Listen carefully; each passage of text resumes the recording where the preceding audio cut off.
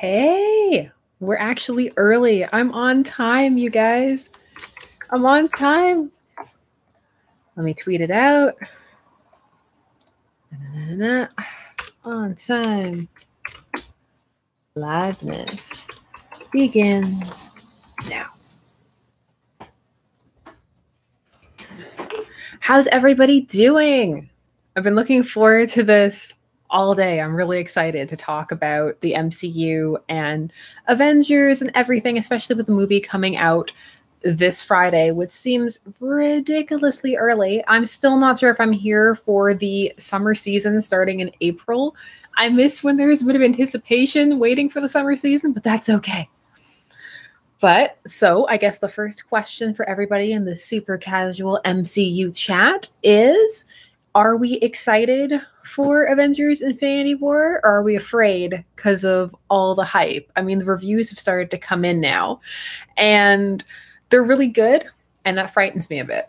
I'm a little frightened. Yeah, both, right? Like, I don't know, whenever something gets either like really universally positive or really universally negative, as I've said, I'm always really afraid that I'm going to be that person who either just goes completely against the grain. So yeah. Oh, thank you, Ashley. I'm just trying to get it out of the way. Oh, I know, Lydia. I'm not ready for that, especially because we have both other caps on deck. Like, it's a possibility that I'm not ready for. Has anybody else seen Chris Evans' current mustache situation? It's taken him back to the 70s, and it's amusing me so much. So Luna Amethyst wants to know favorite MCU character. Tony Stark, because I'm basic like that.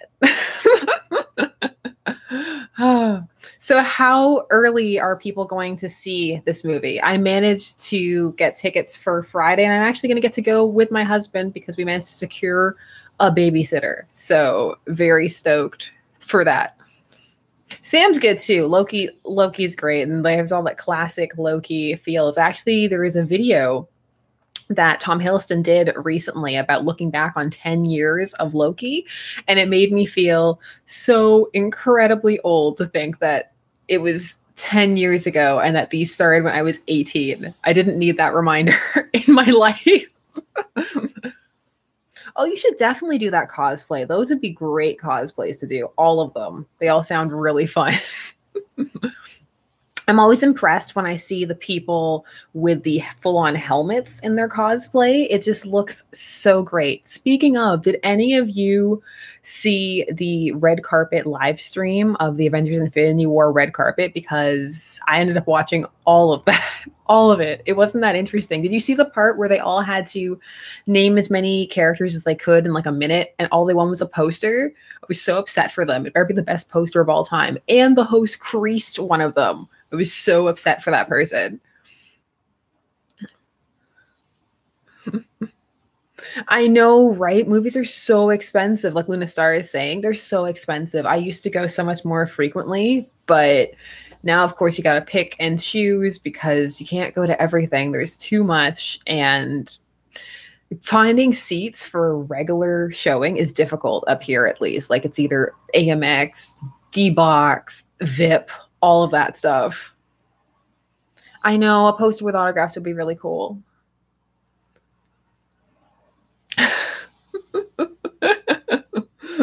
Yeah, if Loki dies, I'd be pretty upset. I remember they actually wanted to kill him way back in Thor 2, and everybody was so upset. Maybe the fangirls have calmed down a bit and they feel it's safe to kill him, but hopefully not. I really hope that doesn't happen.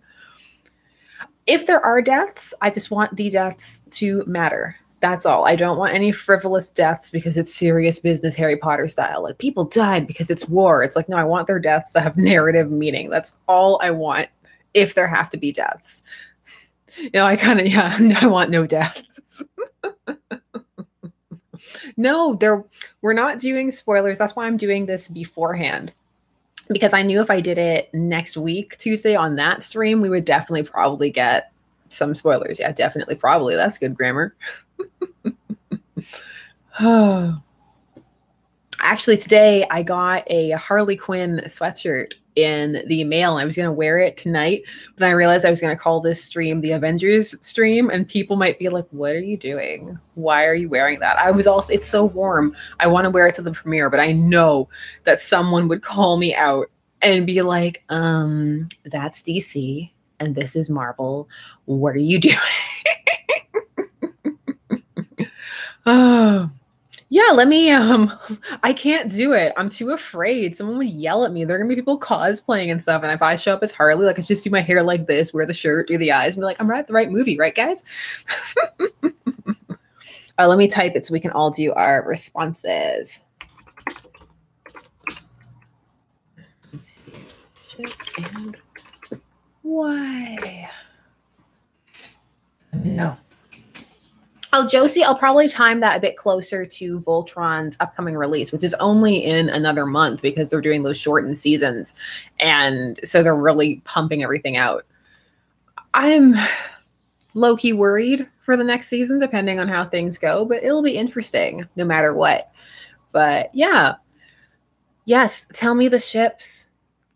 Tell me all of the ships. I need to know. Iron Strange because facial hair bros. I know that is still one of my favorite comic panels. It's so great. Stony. Yeah, well, Lady Mevy, you have a reason to ship them in the comic verse. Just the films haven't really given us much reason. Yeah, lots of Stucky. Definitely. Oh my gosh, did anybody see the interview with him on the red carpet? Sebastian Stan, that is. It was so uncomfortable. They kept going in and out of referring to him as his character and as a person to the point where he had to actually ask for certain questions, whether they're referring to him or his character. They kept doing that a lot. They did that to Chadwick Boseman too. They ask him all kinds of questions like, hey, where's Wakanda? And I'm like, you know, he's a real person. He's not T'Challa. Super Family. I know. I really want to see all three of them together. That would be so great. I mean, the Super Family has been such a popular headcanon for so long. It would be so cool to actually see it not in action, but on screen in one place. That would be amazing. Winter Iron Frost. Yeah, OT3. Let's get some OT3s in here. Oh, Aribel, actually, spoilers, I'm working on Thorky right now. I'm working on 2 videos right now in the scripting processes, and they are Grindelwald and Dumbledore and Thorky. So those are some of the stuff that's coming up. I'm really stoked about it. It's going to be fun. Falling Cupcakes. I actually want to do a video after I see it about ships to watch out for, because it's already generated ships before anything even happened, like Shuri and Peter, because of like something the actress said. So it's fascinating seeing the ships evolve, change, what's staying the same, what's overtaking, what's new. It's going to be fun. Oh, Kitty Cat, Clint Tasha. That's a throwback. Original Avengers. Oh, it was simpler times back then, before Clint's secret family, before Natasha and the Hulk. Oh, Danielle. I know, right? Like, I have a love-hate relationship with Steve. Quamora? Oh, yeah. You know, in the comics, that's actually a thing.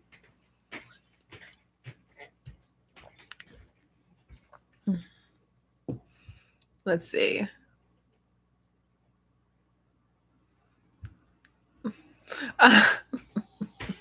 I know, right? Oh, Shuri and Peter is really blowing up. Like, it's interesting to watch. I'm excited to see if they have any screen time together, because that'll be fun. If they do, it'll definitely just all the way up. Vision. Scarlet Witch and the Vision, at least on screen, they're going to have probably maybe a better relationship than they do in the comics, because their comic relationship is messed up. Never forget the children that they didn't have.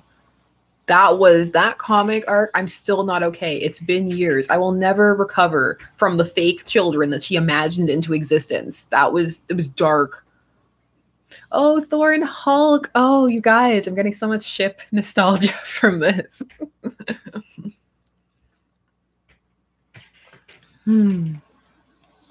Lady Sif and Loki. Yes.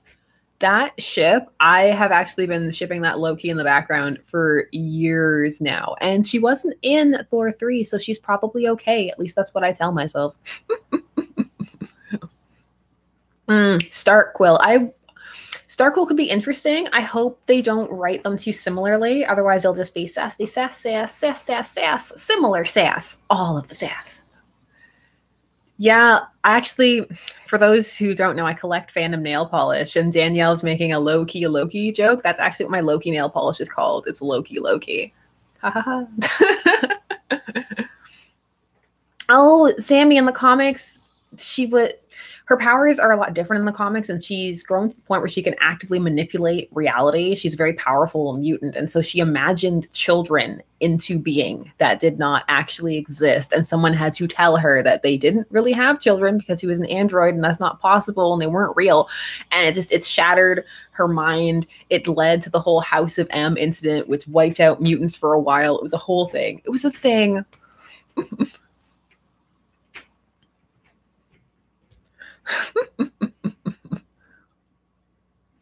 Tell me about your Killmonger and Black Widow ship. Tell me. I need to know. Give me details. How did this happen? Oh, I was talking to somebody who had a Killmonger and Hela ship, and that is interesting. Nat and Steve. Nat and Tony. You know how I feel about that. Nat and Steve is good too, though. No, Bruce and Tony is a big ship, Marlon, the science bros. And sometimes Robert Downey Jr. will tweet out pictures of it, which is really cute. Sometimes he'll tweet out pictures of all kinds of ships. He's fun to follow on Twitter. Let's put it that way. Ooh, favorite Deadpool ship, Luna? It's a Cable Pool. Definitely Cable Pool. So, I can't even believe that after this week, I have to find another babysitter so I can go see Deadpool 2 the following week. It's too early, guys. It's too early. No, I don't think Quillheart, I don't think that's really that cracky. I remember when Thor first came out, and remember all the Disney Prince Loki gifts and Disney Prince Thor and all of that stuff that was coming out because they were like technically they're Disney princes. That was a fun time. They did it. They still do it a bit for Star Wars, but it's not as big and as memed as it used to be, but it's still fun.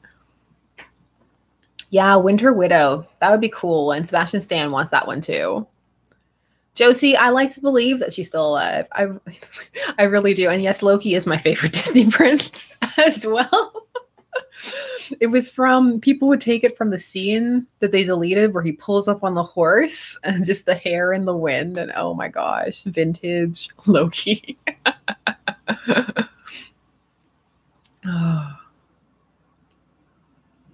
How do you think the reunion of Steve and Tony will go? Hopefully, at least it'll be acknowledged and it won't happen off screen, like how he rebuilt his suits or how they just pepper in him supposed engagement. Just do it on screen. Can you throw the flip phone at him? That would be great. Like, take your stupid flip phone. Buy a real phone. You're staying in Wakanda. Get a good phone. T'Chaki, remembering. Oh.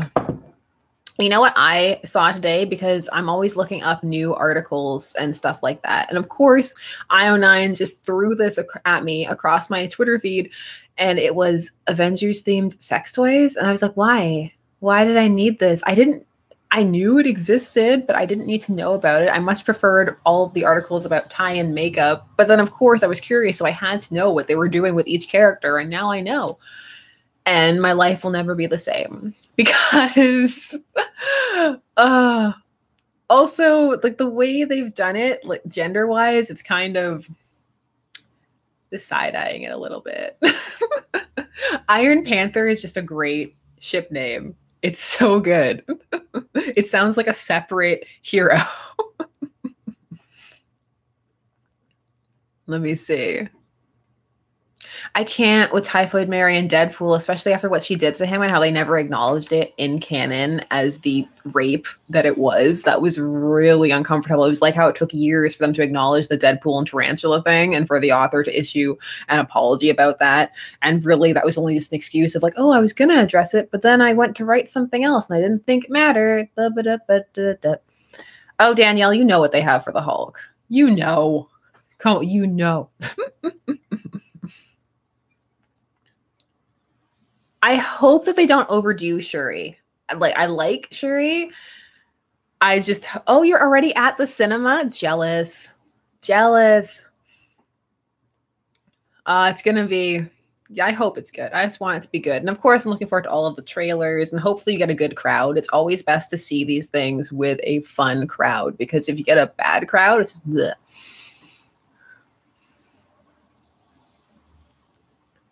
Oh yeah, Tacheric. I actually had Tacheric on my vote on Patreon this month. It didn't win, but it came close. It made a dent. It definitely made a dent. Someone did think though that it was Black Panther and Eric Lesnar, which I now kind of wish that it was. Because I'm just like, huh, how would we do that? How do they meet? How do we make this work? Can we make this work, you guys?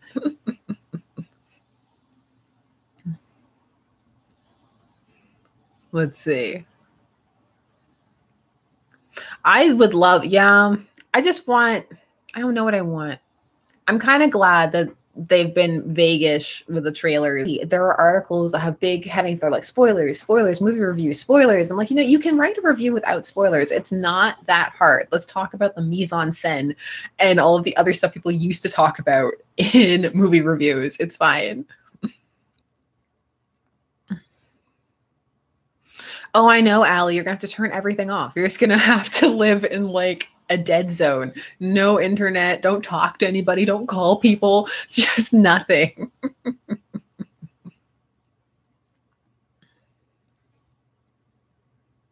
I definitely think, yeah, we're probably gonna see a Shuri and Tony argument. I hope they make it even they don't just pump up Shuri's character because that's a bit of a thing because she's cute and sassy and I'm like, yeah, she is, but let's not overplay it. I'm not over what are those? What are the Deadpool and Domino will be interesting. I want to see how that goes. I want to see how they handle Domino's character. I'm excited for that. No, Danielle, don't accept the spoilers. I mean, I kind of do too. When I worked at my old job before I went on mat leave, we did a Star Wars video and people just came on to be like, Han Solo dies just in the comments for no reason at all, except to bother people. Washable shotgun. Do you still ship Sony? Oh, yeah. I don't really lose ships. I just cycle through them. I cycle through, and I'm a multi-shipper. I have multiple ships, the jillion ships all the time. Definitely. It's still fun to ship Sony, especially if you're a fan of fix-its, because people are doing some epic fix-its. They're writing novels to fix it. Or they were already writing novels to kind of try to get them to have a relationship, so they just continued, and it was like Civil War? What Civil War?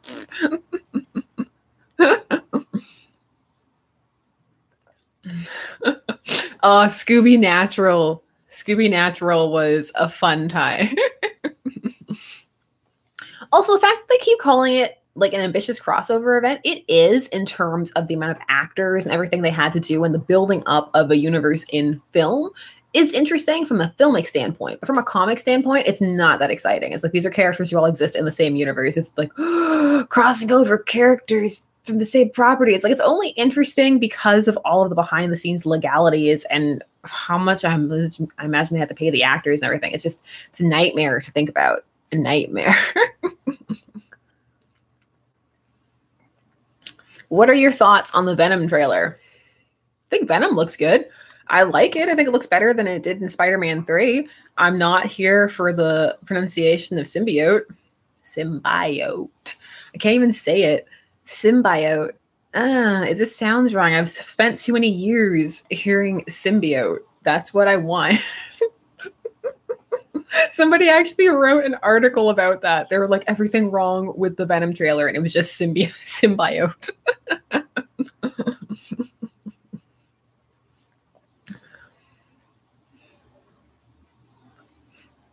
Oh, Jordan, how'd you get into the Stark quilt?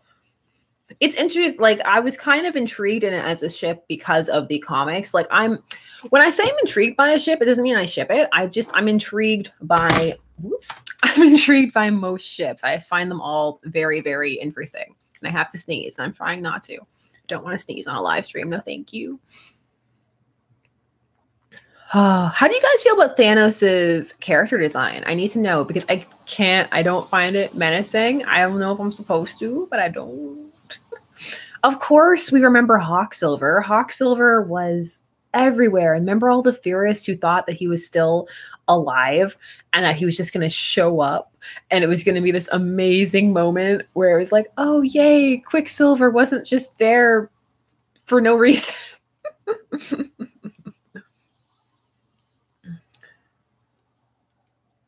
Well, hopefully, I hope it looks better.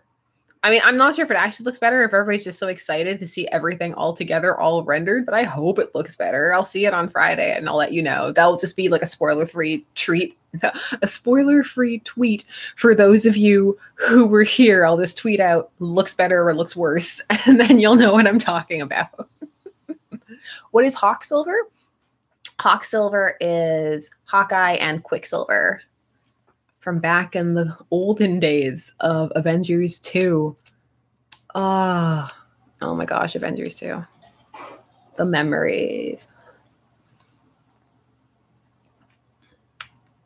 Rex video for Stony. We'd be here my entire life. Same with for Stucky or any of the Marvel ships. I have a lot of stuff bookmarked from various different Marvel ships, mostly involving Tony, but also involving several other people. I even have Rex for Doctor Strange and his cape. Just, it doesn't matter if it's a crack ship. I have read all of the things.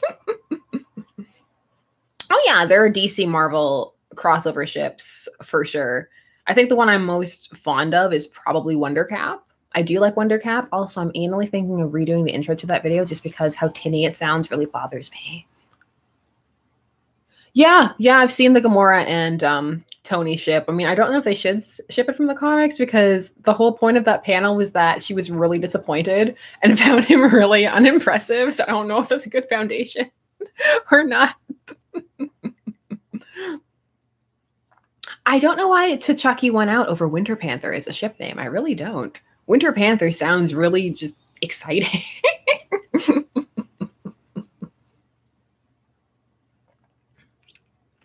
Nightwing and Spider-Man. Yeah, I've seen that one before.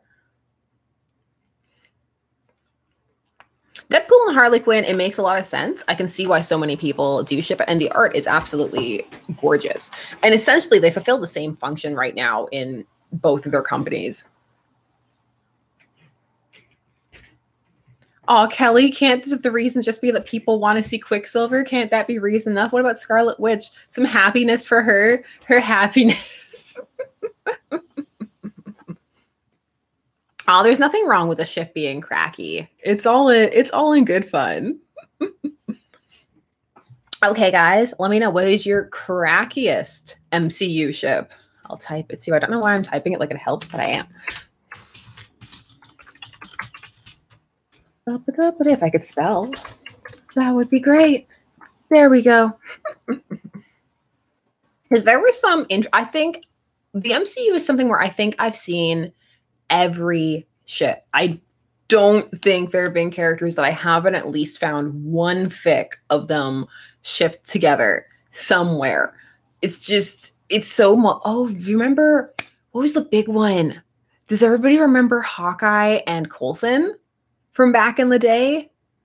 The Clint Coulson ship? That was huge with all the Coulson love, which is dimmed slightly since Agents of S.H.I.E.L.D., but that's not Coulson's fault. Oh my gosh, Pepper Potts and Natasha. Yes. Iron Man 2, circa Iron Man 2. Cap in his beard. That's the movie we really need. Like, I'll never leave you. Thor and his hammer. Oh no. So what about Thor 3? Their love was shattered, literally. M'Baku x Tony.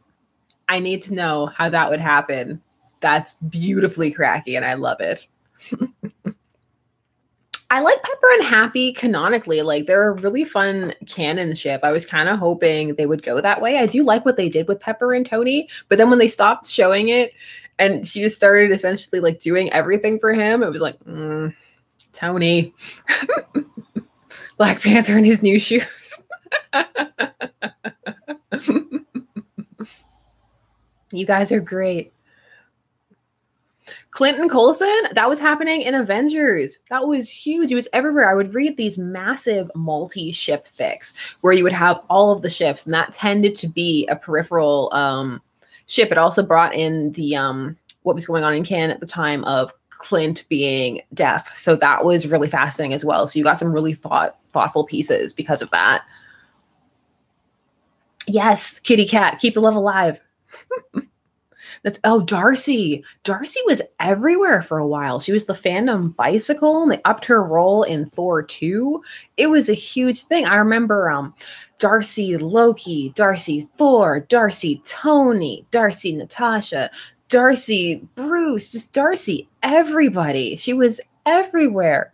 Darcy Jane, of course. And I'll tell you guys, I didn't love Darcy. So that was hard. But I read a lot of those fics, and some of the Darcy Loki ones with the parallel of Thor and Jane some of those were pretty good, I gotta say. Favorite rare MCU ship? I don't even know what counts as rare anymore, you guys. How many does it have to have before it's rare? Batman and Black Panther. Legasp. I just felt it was very try hard.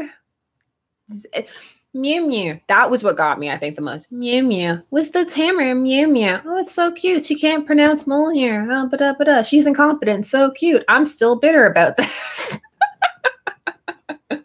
Oh, this is why these can't be posted after. Ironhawk. I remember Ironhawk, yeah. That was, or just them being like best friends. That was a big thing for a while.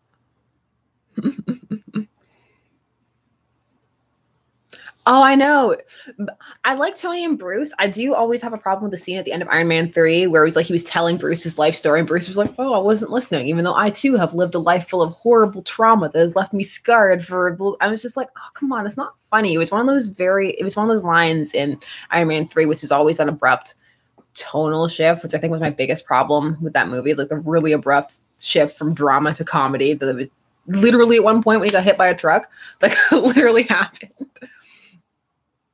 Clint X Matt Murdock. Oh, yes. Is anybody else crossing over into the TV verse? I remember there was a time, especially when they first started coming out, that people were really hopeful that they were going to incorporate it. And the TV verse, the Netflix verse, I guess, does mention it, but we know they're not going to full on cross, which I think is okay. They can be separate.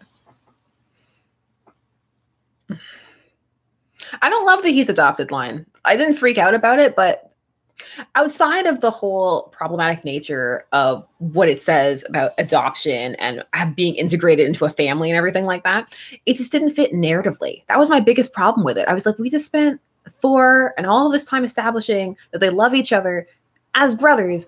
Why would Thor say that as a throwaway line to justify himself to people that he doesn't even know? He's a god. Come on. Write better, Joss Whedon. Write better.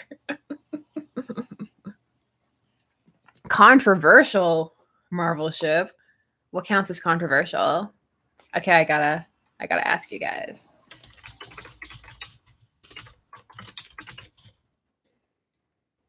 I'm not even typing. That's so sad. There we go.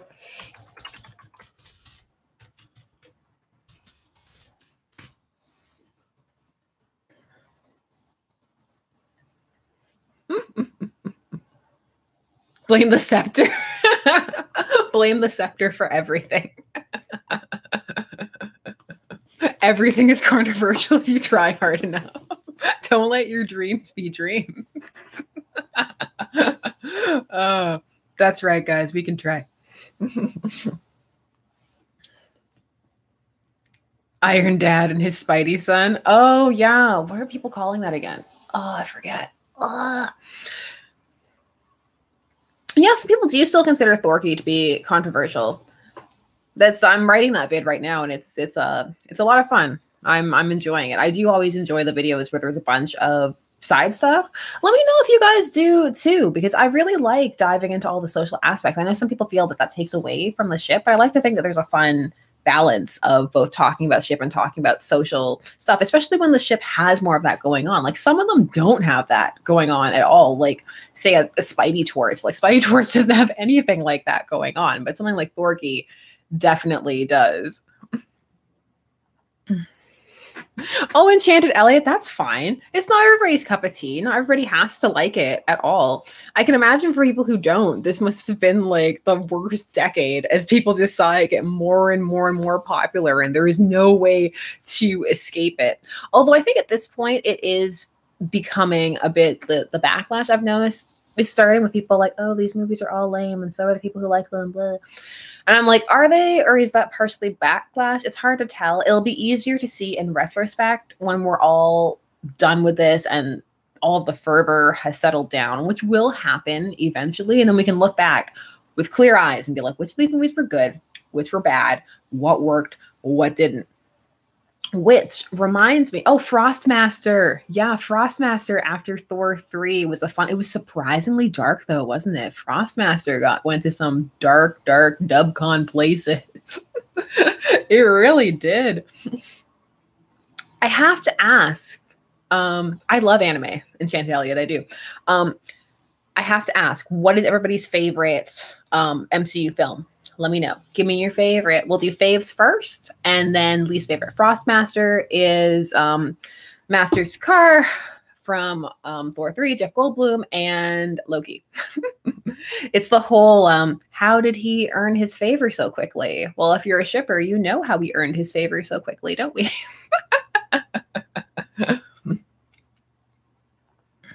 Let's see. Winter Soldier, Ragnarok, Black Panther, Iron Man 1, Civil War, Spider-Man, Guardians of the Galaxy Volume 2. Really? That's interesting. Oh, that's cool. Yeah, there's really a wide variety. I'm liking that. Oh, someone says Ant-Man. Nice. A Trickster, I'm going on Friday. On Daniel, Wonder Woman. Boo.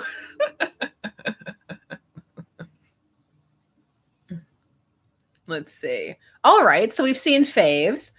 I know, I'm still not over Yondu. I am not over Yondu at all. I need him back. Some of my favorite fics were him and Stark daddy fics. Not like sexual daddy, but like actually him raising him and being a dad to him fics. Family gen fics. Like fics where they went and met Jason of Spartax and he was a jerk. Those were great. Those were some great fics.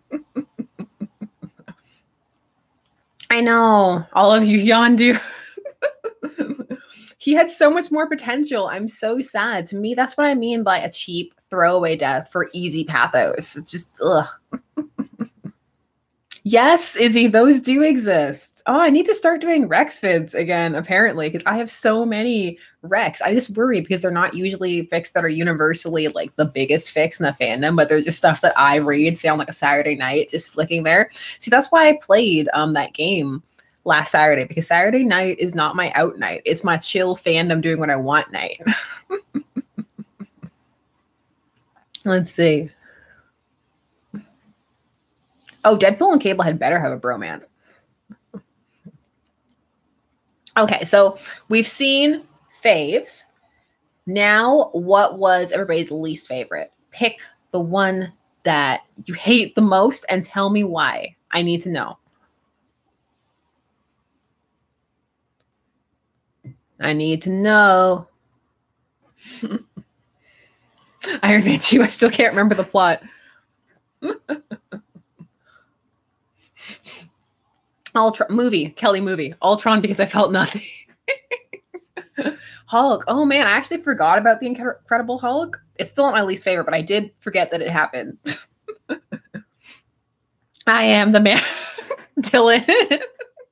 Come on. We all know that Guy Pearce is not a payoff. I am the Mandarin.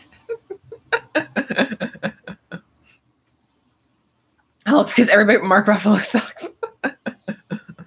Fantastic Four. Okay, harsh. Yeah, those are pretty bad, but they're not really part of the MCU. But yeah, we can count them. Let's see. X-Men Origin. Oh my gosh. Taking it all the way back. Classic, really poorly characterized Deadpool back. Blade Trinity.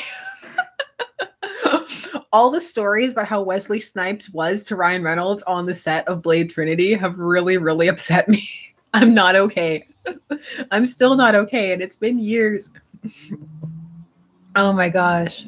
All the old X-Men films.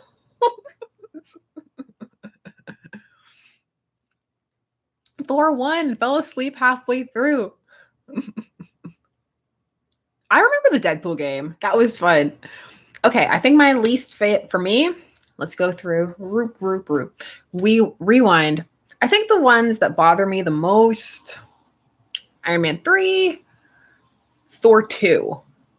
Yeah, like there are other ones that I dislike or I don't think are good, but those ones definitely are the ones that I'm just like, no. Like if you gave me a choice, you're like, hey, we're going to go out and I will pay for all of your food and all of your drinks and take you to Disneyland after, but you have to watch Thor 2 or Iron Man 3. I'd maybe think about it.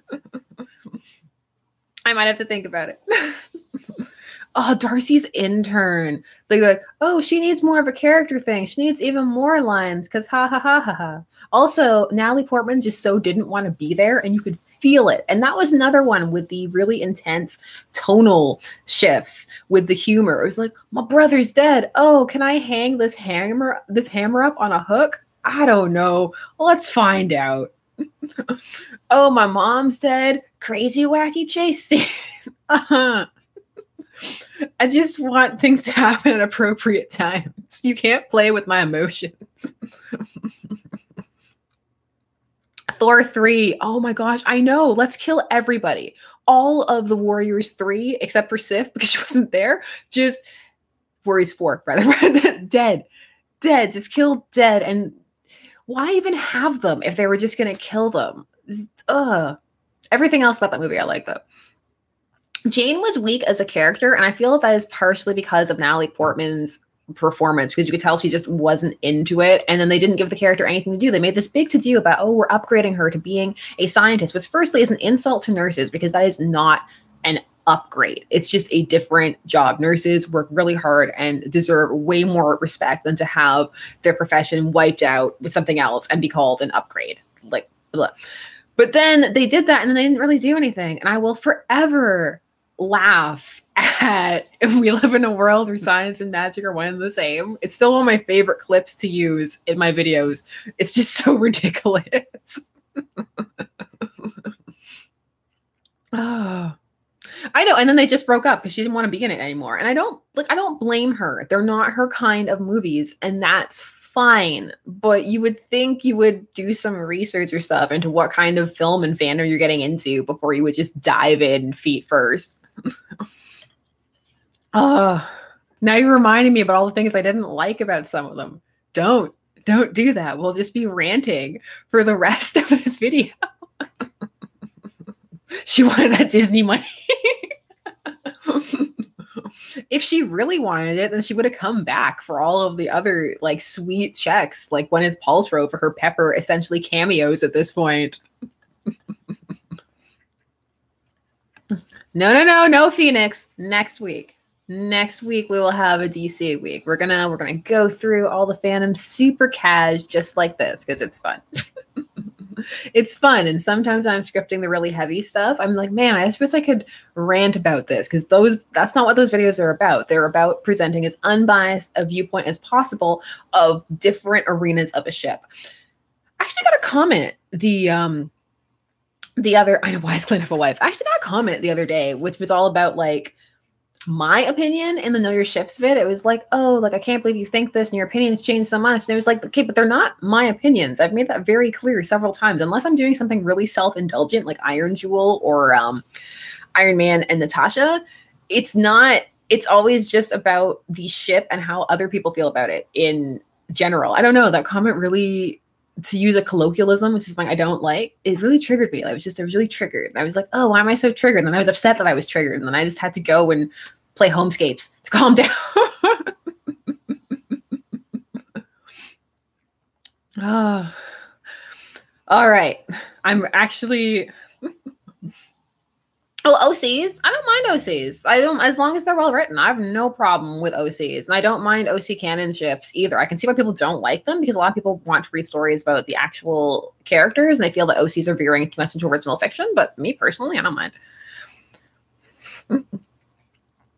Iron Jewel, I know. Iron Jewel is my heart. I need Luke Cage and Jessica Jones to happen. That ship is so important to me for so many reasons. So many reasons, and I need it to happen on screen. Please let it happen for me.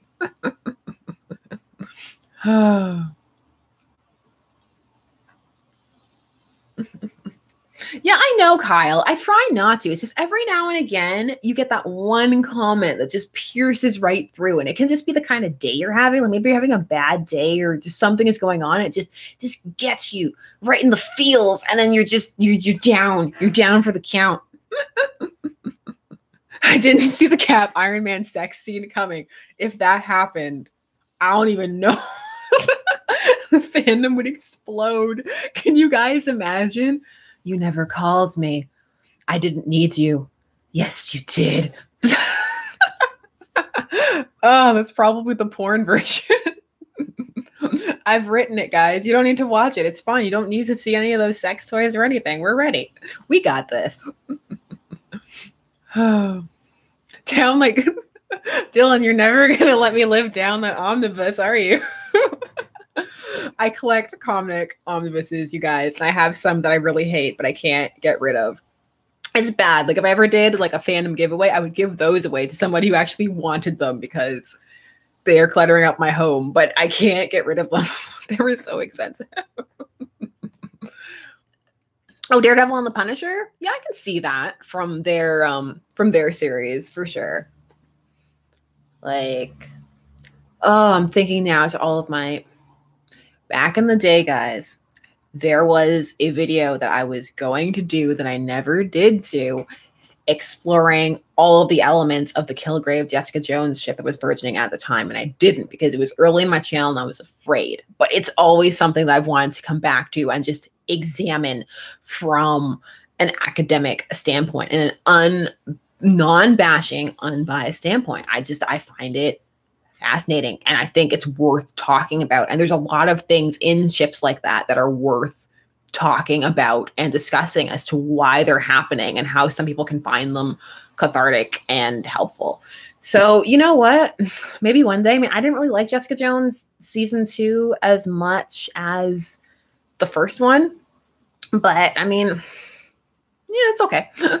Yeah, David Tennant was great, and he's coming out in this movie, The Good Samaritan. David Tennant is one of those actors who I will actually watch in anything. He's one of the few actors I've gone back and watched his entire filmography. I really like him. I think he's great. Like I found him through Doctor Who, but then I went and watched all of the things, and it has nothing to do with how cute I think he is. It actually really doesn't. I think he's a good actor.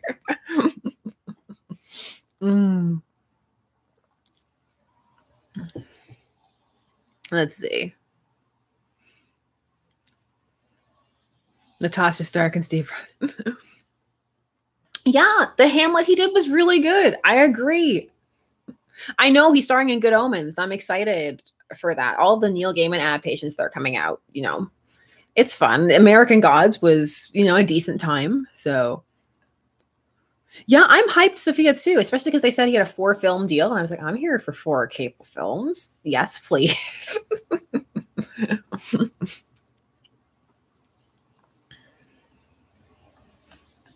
Kind of, sort of, the Space Dorito. It's like kind of ish. Steven Sharon.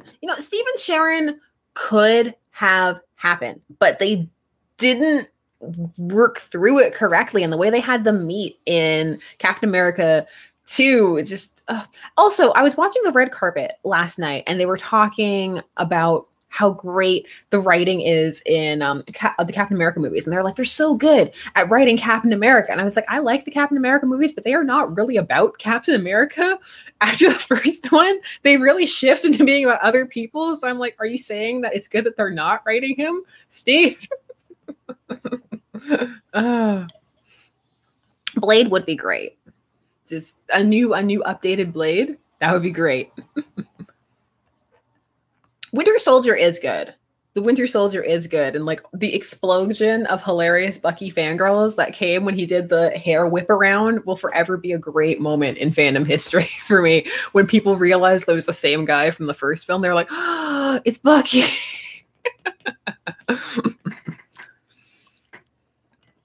Yeah, no, if Steven Saren had been sprinkled, it would have been better received. It never would have been perfectly received because even at that point, we already had the huge Steve Bucky thing because they had spent so much more time in that relationship and making that the clear focus of what was going on. It's just, you know, I'm still not over Civil War trailer. Like, he's my friend. So was I. Since when?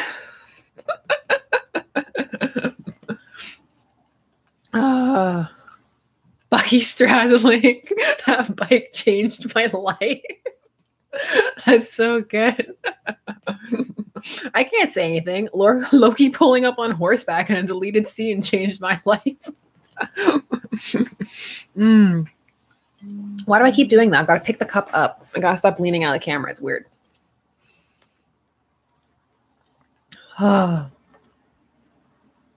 Cap and Natasha, I'm always really distracted by the terrible wig she had in 2. That was not a good wig, guys.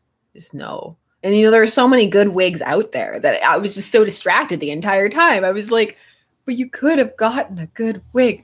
You have the budget. You didn't spend all of it on the CG. Someone get this woman a wig stat. For some of it, yeah, because she was pregnant, so they couldn't dye her hair. Because, you know, when you're pregnant, you can't dye your hair. Because, as I learned when I was pregnant, to my horror.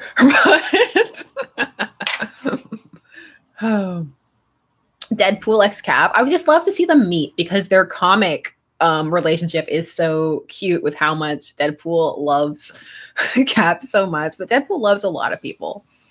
Although I know if they brought him in, then we would run back into that whole kerfuffle that happened with the Spidey Pool ship when Tom Holland was cast. And that was a huge thing. I remember people tried to make Spidey Pool really controversial after that, to the point where some fics still say hashtag Andrew Garfield is my Spider-Man because they don't want to bother explaining all of the other stuff to people. Spider-Man in comics did have... I can't talk anymore. I'm too excited. Let's rewind. Blip, blip. Slow it down. Spider-Man and Deadpool did have a team-up comic together. Yes. Actually, comic creators did notice how popular Spidey Pool was becoming. And first they started putting nods in. Eventually there was a team-up comic. It was a thing. No, I haven't read Secret Empire Deadpool. I'm so behind on my comics. It's just sad. It's sad how far behind I am. But instead, I bought a whole bunch of Otome games because I'm like, oh, things I actually need to do, like finish watching Gotham and Supergirl and reading comics or playing a bunch of Otome games that are not going to do anything for me. Who's talking about the Virgin Steve trope? Virgin Steve is a great trope. I love the Virgin Steve trope. That could be a whole... Oh, all the fic recs for Virgin Steve. Those are so good.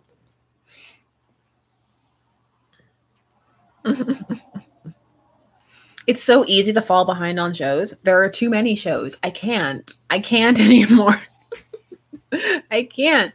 Sometimes I just want to watch something light and fluffy too. Like, what did I do today? I rewatched the first season of The Tick. How is that helping anybody? It's not.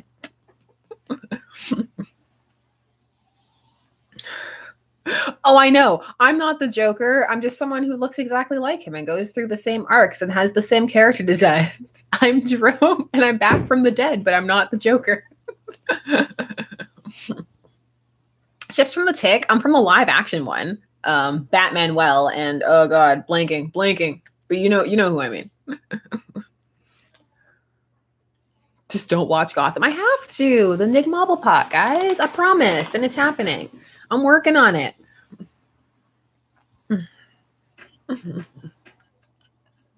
Yeah, science husbands, there'll probably be a bit of a resurgence in that following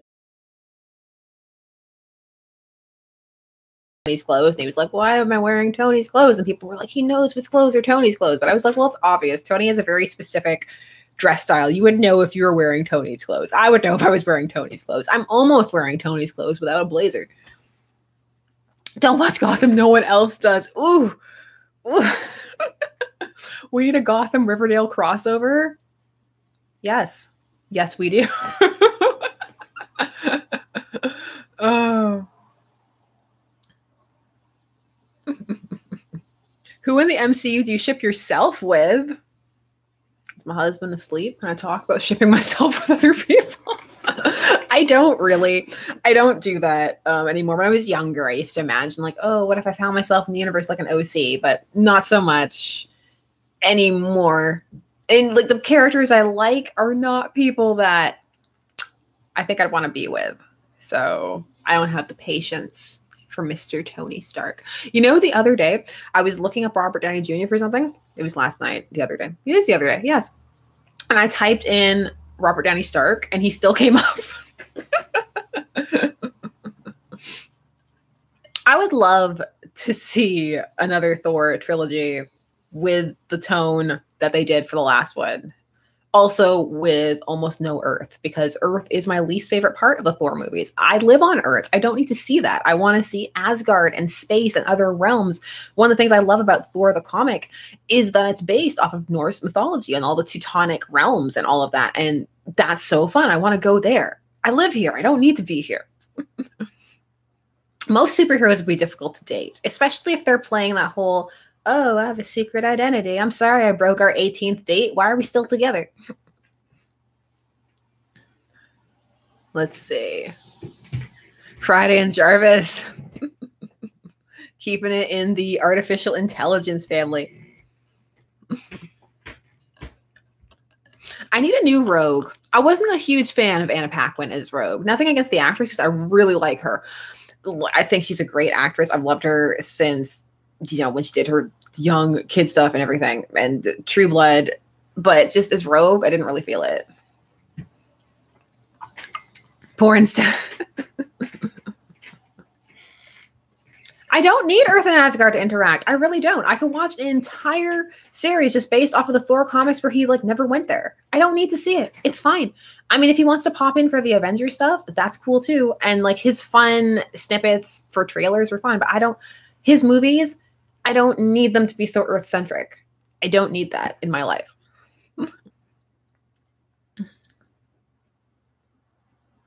Oh yeah, are people talking about the did people see the 90s casting that was going around online of if we had made these movies in the 90s and who was going to be cast? It was eerily accurate. As someone who grew up in the 90s when all those people were famous, it was fascinating. Although I am totally here for Keith David as Nick Fury.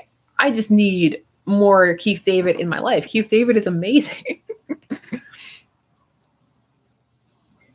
See, I don't need that. I don't need Asgard moving Earth. Forget it. Forget it. They can go to another realm. Can we go to an interesting realm?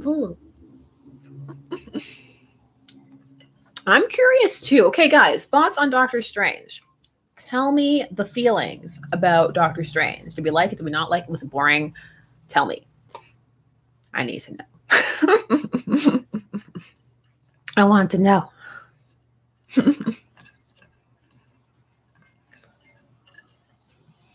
It was I didn't mind it. Savannah, he hates that name. Didn't you read his article about how you're setting feminism back? When he said those things, I was like, these are your fans. And then so many people tripped over themselves to apologize to him. It was really uncomfortable. He's just so salty in interviews. Did you see his reply interview to the Martin Freeman interview about Sherlock, where Martin Freeman was talking about how he feels that fandom really made the show not fun to work on, and he thinks the fans are part of why there won't be a Series 5. And then Cumberbatch did a reply interview a couple of days ago where he was like, I think that's a pathetic reason to not come back and be on a show. I was like, whoa. Calm down, Benedict. Doctor Strange did have some good effects. I mean, I couldn't have cared less about the relationship in that film. I can't even remember. Like, I just felt the beginning was a bit rushed too. It was like, okay, he's a jerk. We got to crush his hands. We got to get him to the training. We got to do all the things. We got 20 minutes. Go. I know he just needs to not do interviews. Like, some people should not do interviews, or they should be prepped or run through. Doctor Strange needed more smog mocap. Has everybody seen that video? If not, they need to. He's talking about this motion capture video of Benedict Cumberbatch as Smaug crawling around on the floor and just, it's all the things. It's so funny. I can't even watch The Hobbit anymore without thinking about that.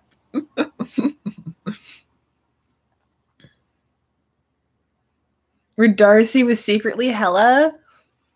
No more Darcy. Oh. It's not Hollywood's fault. It's that, like, I mean, they're trying to get in the romances from the comics, which I'm okay with, but I'm like, you need to spend time and work at it and give me the reasons why I should care if you're going to bother to include it, because of course fans are going to want to be like, where's Cleo and all that stuff. So, okay, but take your time and don't have them flirt at a funeral. Maybe don't do that. Maybe the funeral flirting scene should have gone through a couple more rewrites. Just a couple. Maybe the writers thought that funeral flirting was really hot. I don't know.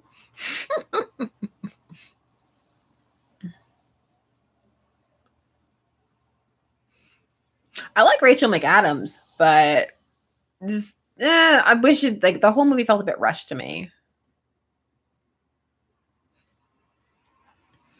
Jean Grey with Cyclops or Wolverine? Then the kid who grew up in the 90s watching the series would probably have said Wolverine. I don't know. I mean, it's been so long since her and Cyclops have been a proper thing in the comics. I do actually like him and Emma Frost a lot. I like their marriage, despite how it started in the horrible Grant Morrison omnibus. Yeah, I've seen some Spidey and Flash Thompson stuff for sure, especially because you have the whole element where Flash loves Spider-Man and it, it looks up to him and everything, but it doesn't like Peter. So, and then eventually they do become friends anyway. Don't we all do our best flirting over a corpse? Where is the romance gone?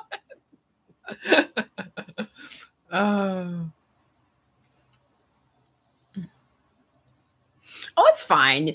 Like, there's nothing wrong with hating any of these things. That's the thing, that's why I like talking about fandom the way I do. And I feel like even when you're having a conversation like this and you're being, hyperbolic and just shooting out what you like, what you don't like, it's totally fine. I mean, people don't like the same things. Some people love things. Some people hate things. It's not a big deal. Your fandom doesn't define you. And I feel like a lot of the times the line blurs a lot, especially these days. And people like to take something that you like and try and extrapolate your entire personality around that one thing. And no, come on, no, don't do that. I hope Bucky and Natasha won't flirt during a funeral. I hope they have scenes. I would love if they played out the arc where they knew each other and were ex-lovers like the comics. Like, that would be great. Why did I say ex-lovers like that? Ex-lovers. Oh. Gambit and Rogue, yeah, from back in the day. That Gambit movie is still apparently happening, by the way.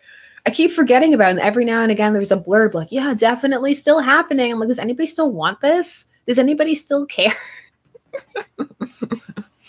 Do any of you care? Let me know. No, I need to know.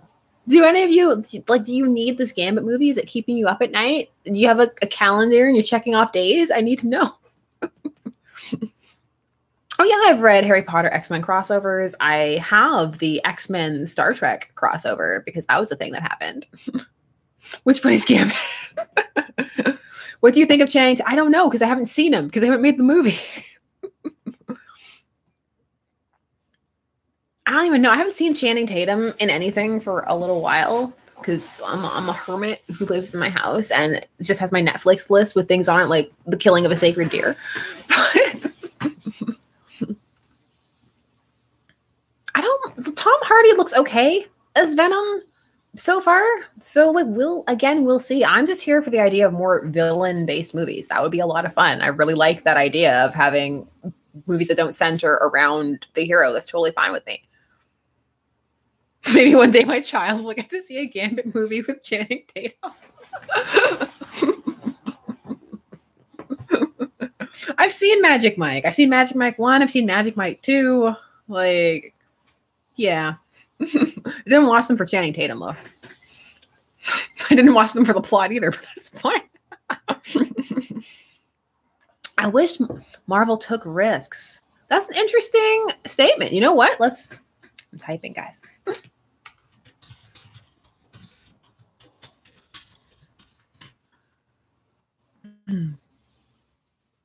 Did I watch them for Matt Bomer? 100% Matt Bomer. Matt Bomer all the time. Sandman. Yeah, I would love a Sandman movie. The Sandman comics, I love them so much. They're just the best thing ever. But I feel like I almost worry that it's a Dune situation where I'm not sure how good of an adaptation you could end up with.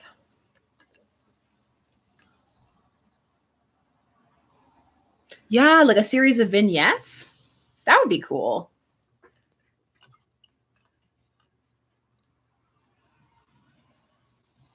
Fables. Fables would be a lot of fun too. Yeah, I don't think they really take risks either. That's why when I've seen some of the reviews, they're like, "This is the riskiest film yet," and I'm like,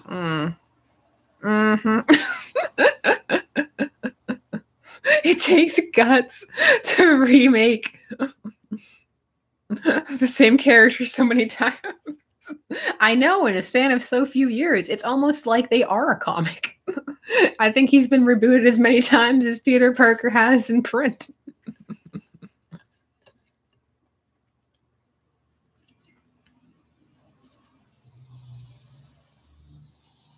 She-Hulk would be cool.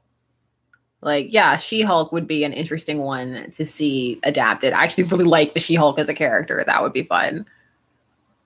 We all know no one's going to care.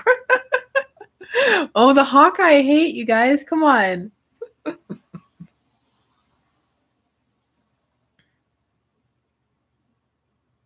Oh, out of all the Marvel Defenders based on their Netflix shows, who do you ship Claire with the most?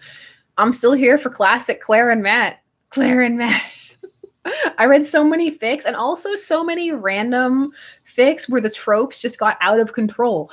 I read so many he needs to pretend to be her boyfriend because reasons fics. I've read so many of those. They have nothing to do with superheroing at all. It's just like, oh, I help patch you up after your fights. My parents are in town and I told them I'm engaged because it's the 1940s. Can you pretend to be my boyfriend? Oh. But no, I enjoy tropes. I enjoy tropey stuff. Like, I enjoy everything about fandom. I enjoy really tropey, cliched stuff. I enjoy really introspective, nuanced, dealing with new societal stuff. I enjoy novellas. I enjoy travels. I enjoy all of the things, guys. I love fandom. I would love female Loki, too. It would be so cool to see Lady Loki. I really like Lady Loki a lot. That would be really cool. Oh yeah, I've read Tony and Jarvis. Yeah, I've read a bunch of Tony and Jarvis like when he was still the AI, because that's a thing. That's a thing that I've read. Yeah, give me your favorite Marvel fic tropes. Give them to me. Well, we couldn't do a female Thor because we know Natalie Portman doesn't want to come back to be Jane. Can you imagine them even asking her, "Hey Natalie, I know you quit and I know you're doing like Annihilation and serious, thinky, almost artsy movies now, but do you want to come back to the MCU?" Let's see. No more Darcy. Guys. No. It's not Kat Dennings' fault, but no. Loki's kids. Oh yeah, Sleipnir and Fenrir, and that would be amazing. Dad Tony. Who else is reading these Spider-Man fics where Tony just is Peter's dad? Is that just me? Am I the only person? Because I'm one of the few people who's read those Yondu fics. So am I the only person looking for all of these fics about dads?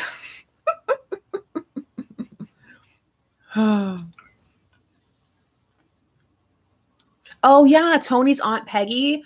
The fics where he was really close to her as a child. Those are great. And those are actually some really good bridging for Stony fics, where because when Steve comes back and he's talking to Peggy and he learns all about how Howard was to Tony as a child and what Tony used to be like and how he came to be the way that he is. And he learns more about him because in the films, like they're just thrust into each other, not in that way. And they don't really get a chance to get to know each other. So that's a really fun way in fandom to have these soft moments to fill in those gaps and kind of make that happen.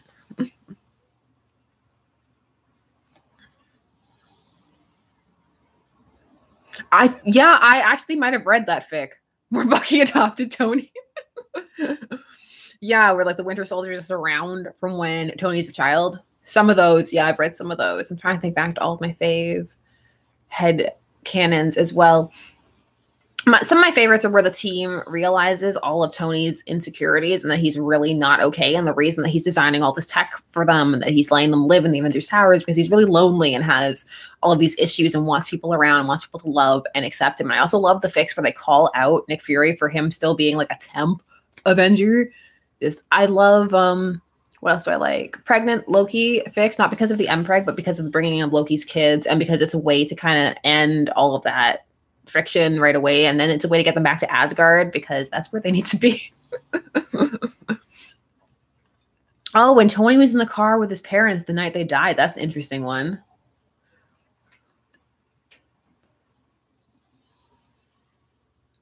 Let's see. Give me more tropes, guys. More tropes. No, you don't need to go into the deep web. No, it's all on AO3 and all fanfiction.net and stuff. All you have to do is, okay, so what I do. Oh, also kink memes. Okay.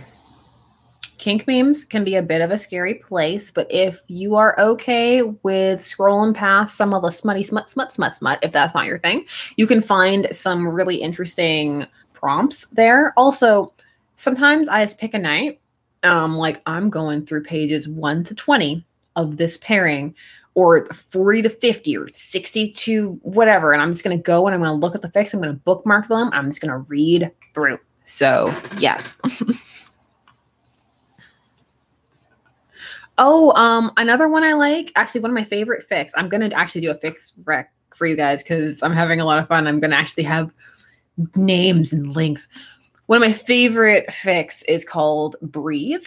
It's a Guardians of the Galaxy fic where, oh my God, Peter has asthma and he's been hiding it from the team because it's this human ailment that other aliens don't seem to have. And he's just hiding it because he feels weak and inferior. And he has an asthma attack in the middle of them fighting and none of them know what to do and they have to figure it out. And I don't know. I just love it. That fic gets me every time.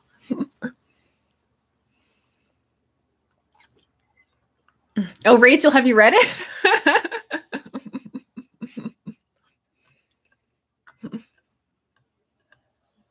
Yeah, no, I love it. Like I can't stop recommending it. I don't know. It's one of those ones I go back to. There are a couple I go back to. Like there are a couple of Bat Jokes fics from back in the day that I will go back to and read as well, even though I'm not really a Bat Jokes shipper, but they were just so well written. I'm like, I need to read this again. That's the thing. Do you guys do that? Do you guys read fics and stuff for ships you're not in? Because I do that all the time. I do that for ships I have no TPs. So maybe that's why.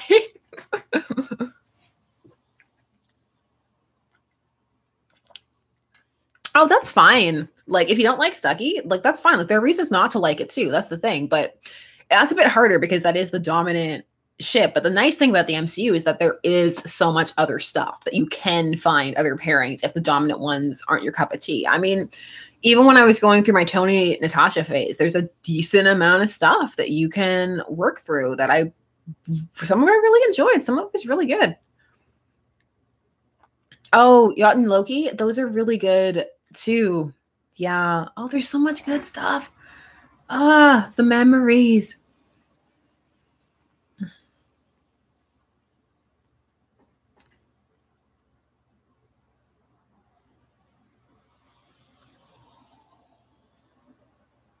Let's see. Oh, Cardinelli. Yeah, I put that on the vote once and it didn't win. That's the thing. I always try and put at least one fem slash ship on the vote and it never wins. And I'm like, guys, the only way I got one to win, I had to do an exclusive fem slash vote to get one to win. I was like, come on, I'm trying, you guys. Vote for these things. Cardinelli was interesting. Although I'm so sad, the first thing that popped in my head was, did you guys know that there was an Agent Carter makeup collab recently released? Because I'm one of those people who went and bought the Agent Carter lipstick when it came out. When I found out that she was using an actual lipstick from a brand called Besame Cosmetics, I went out and bought it because I'm that person. Frost Shield. Yes, there are some very compelling Frost Shield fics out there and some very intriguing reasons why people pair the two of them, and the parallels that people draw in those fics are very interesting.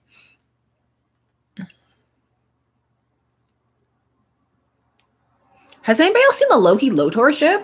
Also Loki Elsa. There's a lot of Loki crossover ships. I'm a little bit here for Loki and Elsa, I have to say.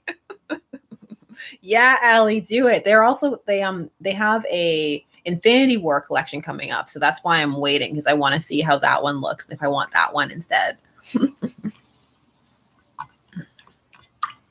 Loki X everything. Loki and Lotor are basically twins.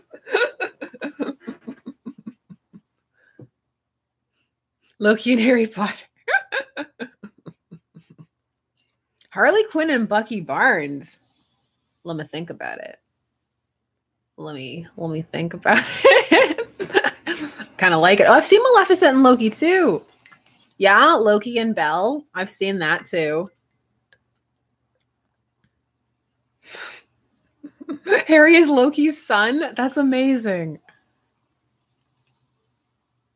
Yeah, I know there's Infinity War makeup at Hot Topic, but I'm waiting for the Besame Cosmetics one because I don't know how the quality of the Hot Topic one is going to be. I don't know. That's not a dig at Hot Topic. It's just I don't know. Like I collect a lot of things, guys. I collect makeup, and so I have a thing for what quality it's gonna be. Oh, I collect too many things, you guys. It's a big problem. I have a problem. I'm being enabled by all these MCU movies and merch and comics and stuff. Send help. I remember Loki and Black Widow. That was quite the thing after their scene in Avengers. It was a dark ship mostly, but there are also some intriguing other works in there as well. It's evolved over time too, just like the Tony and Natasha ship was from when people started it, mostly from Iron Man 2, even though they did have a comic relationship. It's very different back when it started to what it is now. And especially a lot of the post-Civil War stuff is it's a lot gentler and shows the understanding between the characters that is interesting and that I like. But the type of fix you get for that really depend on whether people are Team Tony or Team Steve. I'm kind of like team they both made some really bad decisions.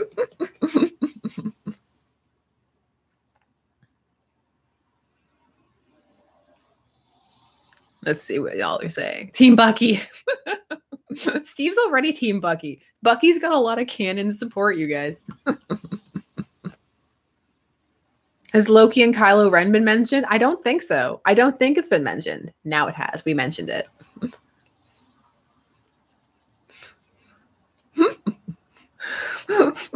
Loki X Snape. These are so good, guys.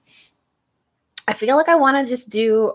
Okay, I know this is turning into one of those, guys, I want to do this video and that video, but it's true. I'm exploding with a need to film videos.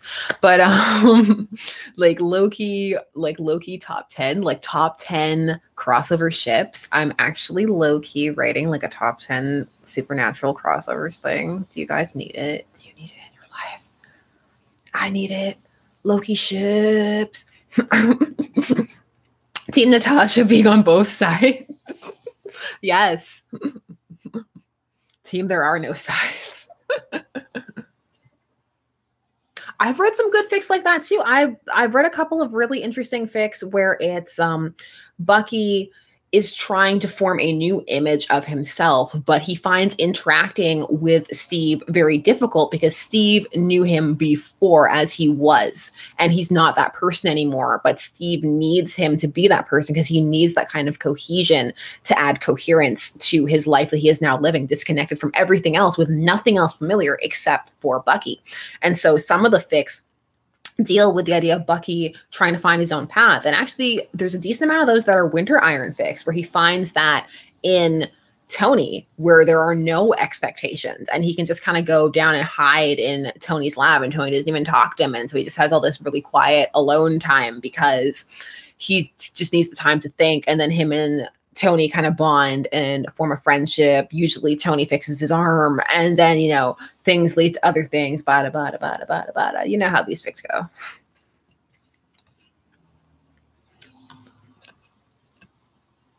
Bucky needs to be a strong, independent woman. He don't need no man. Is that what you're saying? Bucky don't need no man.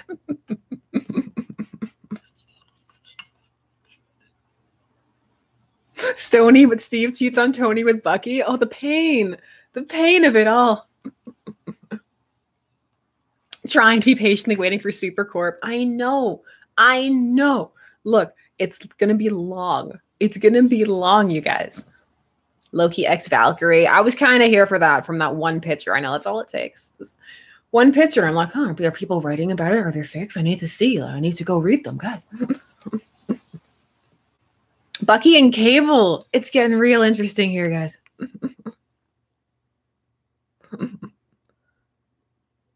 Loki X the Riddler. Loki X everybody. You can put him anywhere. Like you can. And that way he's not like Lotor. You can't pair Lotor with anybody, or can you? I'm not going to challenge you to that. I'm sure I will get all of the Lotor shit. Winter Falcon. Yeah, can you move your seat up? The line that launched 1,000 ships. You know, we have all these wonderful romantic lines. Draw me like one of your French girls. Can you move your seat up? Lotor X me. I don't think I have seen that fan art. No, it sounds like a good one though. I always end up having to cough on these live streams. I get too excited. Valkyrie X Jane. Capex's beard coming back around again.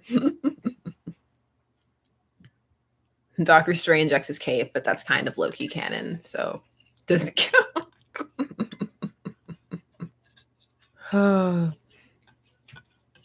No, it's fun. I'm excited. Like, it's nice to. I think one of the things that's fun about the MCU is that it's fun to have a consistent fandom, because, you know, so many things, they have their brief moment, and then even if you remain a fan, the excitement around that drew so many people in and was constantly creating new fics, there's no guarantee that's going to remain. Sometimes it remains, even if it's not at the same height, like you have with a Harry Potter fandom, where there's always going to be stuff coming for that. It's just this huge juggernaut, like a Star Trek or something like that, where there's just always constantly new people cycling into it because of the size. Maybe this will be like that, but we'll have to wait and see. Tony X Happiness. I know, right? Loki X Ursula. Death and Harley Quinn. I really wish they were going to have Death in the movie. Like, I read an article where they were like, did you know that Thanos' love interest from the Infinity War comic isn't going to be here? And I was like, yeah, of course, because it's Death. It's like, they're not going to have that. Winter Witch? Yeah, I have. I've read some Winter Witch. Doctor Strange. Yeah, I've seen the oh yeah, Doctor Strange's cape is overprotective. I love the Doctor Strange's cape is overprotective trope. That trope is fantastic. And the cape's always running around to protect people who are feeling threatened. And then not only does it show that they're together, but it also shows that the character is feeling uncomfortable. Those are a lot of fun. Bucky X Metal Arm. I've actually read a fic like that. So I was just about to tell you guys all about it, but then I was like, well, let me dial it back. Let's restrain ourselves a little bit because it's not that kind of chat, you guys. It's not that kind of chat. The cape is my favorite character. Oh, we haven't even asked that. We have gone this far and we haven't even asked, who's your favorite character? That's such a basic question. We're failing at the basic questions, guys. Tell me, who's your favorite character? Tell me. Bucky.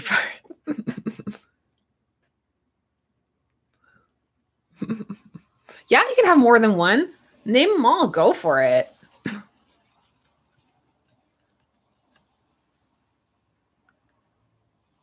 Hey, somebody got a Hawkeye. Representing. They are all my babies. Good answer. All of them. Loki.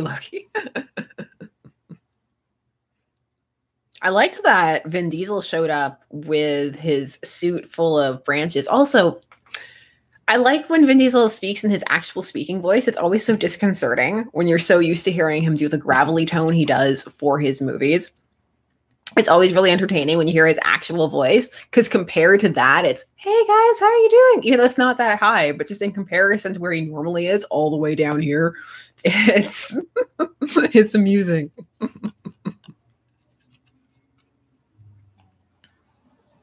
Mary Poppins.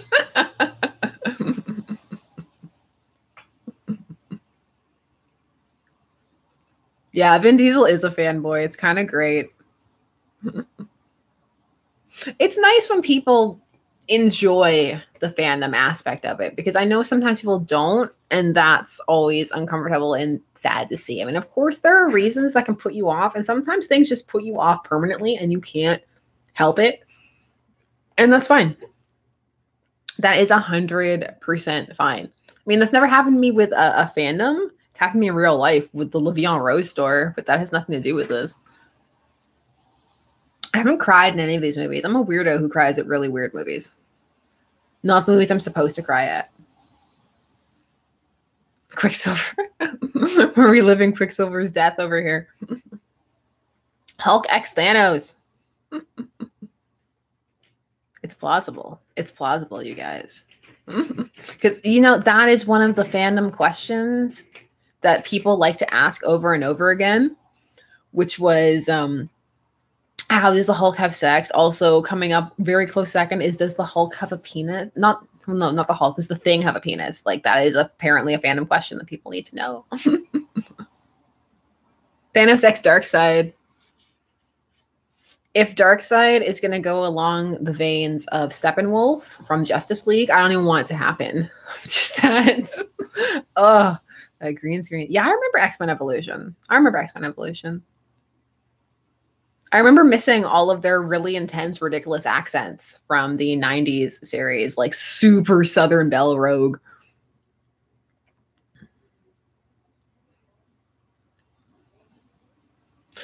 I was shook at Civil War, but I didn't cry. I was not.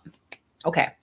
So I know that Tony's arc reactor is gone because they magicked it away in 3 because they felt like it, because they were trying to do the Extremist storyline and did it really badly. But that is neither here nor there. But that scene at the end of Civil War, when Cap brings down the shield on where his arc reactor used to be, I gasped in the theater. I was like, you know what that means? It's done. No, like, I ship them, but in canon, it's done. Your relationship is done. Never talk to this man again. File a restraining order. Stay away from him.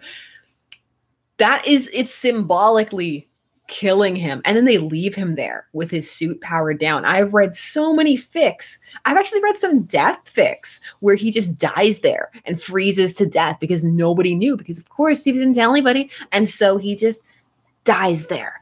And it's heartbreaking. I've also read some Iron Panther fics that start that way, where because T'Challa is still there, he goes down. He's kind of like, where's Tony? Like, I didn't have any beef, really. And so he goes down. He's like, oh my God, and takes him and helps him. And it's just, they just cut. And he's like, oh, he's fine. I guess he just got up and picked up this giant suit that weighs however much. Just...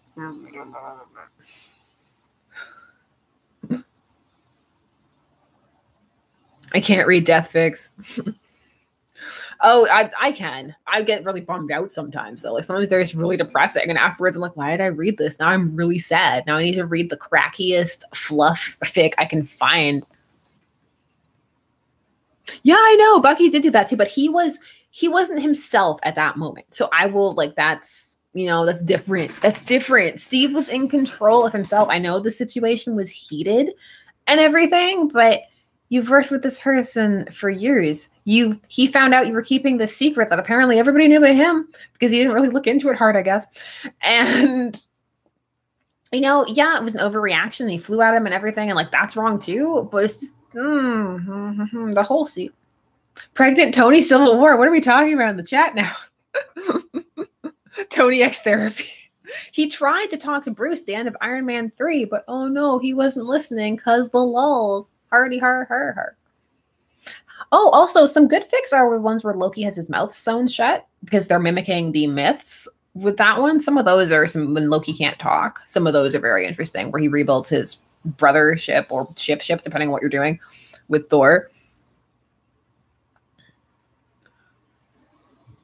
Bruce X listening skills. I would listen to Tony.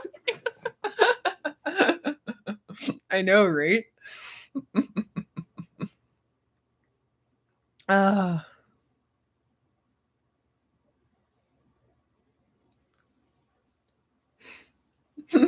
Guys, give me more of your favorite types of fics to read. I'm really enjoying it. I'm probably going to get off this chat when we're done and just go read a bunch of fics. Also, I've been reading a bunch of Peter has PTSD. Has anybody else been reading those fics because of being crushed under that building and just left there for that period of time? Just like some of those are pretty intense. I'm also like reading the ones where Tony is forming the Young Avengers, like a new Avengers team. I'm here for that. Like those are a lot of fun too.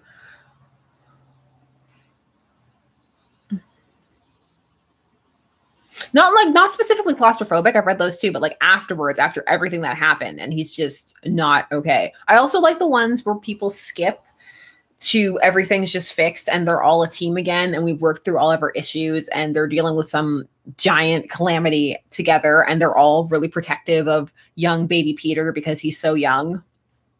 Like that. Those ones are really interesting. Oh, 5+ used to be really popular. They were everywhere. Like you don't see as many of them now, but they're still a fun format to dive into. Doctor Strange X bargaining. Look, guys, he's come to bargain.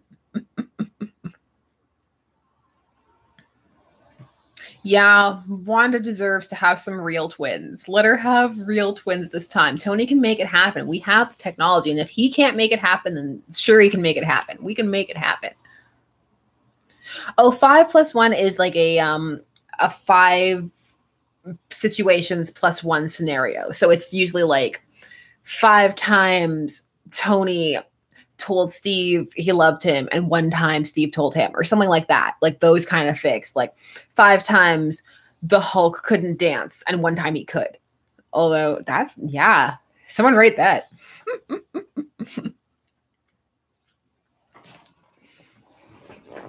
Enemies to friends can be really fun if it's written well. Like it depends how you handle the transition, because the transition is the most important part of those fics. So if you mess up the transition, then just the whole thing. Oh yeah, Peter is secretly Spider-Man. I like those fics too, where he's secretly become a superhero like his dad's, if it's a super family, or just because he admires them, if it's just a regular Avengers fic and they don't know, and he gets super injured and they have to all go to the hospital and be like, oh no, it's Peter. It was Peter the whole time. Peter was the Spider-Man. Oh, Cherrick. I've read so many Cherrick fics, you guys. So I shipped Cherrick from when I first started watching the 90s animated series. And I think I found one or two fics online for them, and I printed them because I was like, yes, I found them during the Savage Land arc, which was great. And then First Class happened, and it was like all my dreams came true. Suddenly I had all the fic that I needed, because even after the first X-Men films, there was still a lot of holes. Some people wouldn't do it because they were old, and they wouldn't age them down because they couldn't imagine it. And like so there are tons of cute like old guys in love fics, but some people were like, no, they're old. I don't want to write about that. But then they were young and hot, and I had all the fics that I needed. Thank you. What is Cherrick? Cherrick is Charles Xavier and Eric Leshner from X-Men. Why did I say it like that? Like it was an infomercial. Introducing Charles Xavier. Oh yeah, Soulmate. I want to do a video on Soulmate, the Soulmate AU. Also on the Wingfic AU, because Wingfic traverses. I think the best Wingfic I ever read was a Watchmen fic. It was great.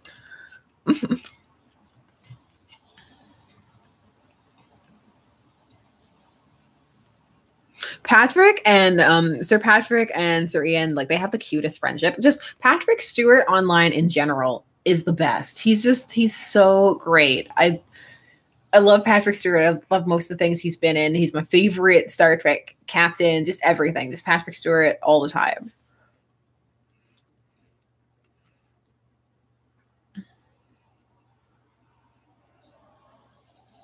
Oh, the Mafia AU. Yeah, Mafia AU can be a good time. It can be hard though. I'm thinking about the Nightwing arc where he was in the Mafia. That was so awful.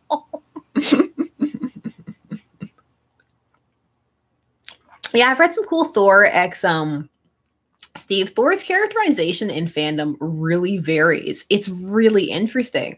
Sometimes they write him, smart and stuff, and sometimes he's just the big oaf and people just write him like that. But Thor has actually had a bunch of character development, and he's grown a lot, and I like it. I don't know if a lot of people acknowledge that, because he wasn't the favorite character of his own film, which was really funny. It's always really funny when that happens.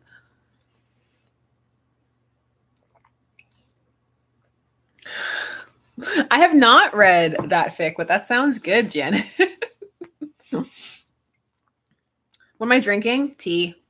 I'm drinking tea. I'm drinking white mocha tea. The tea for when you want to have coffee, but it's too late to. So then you have white mocha.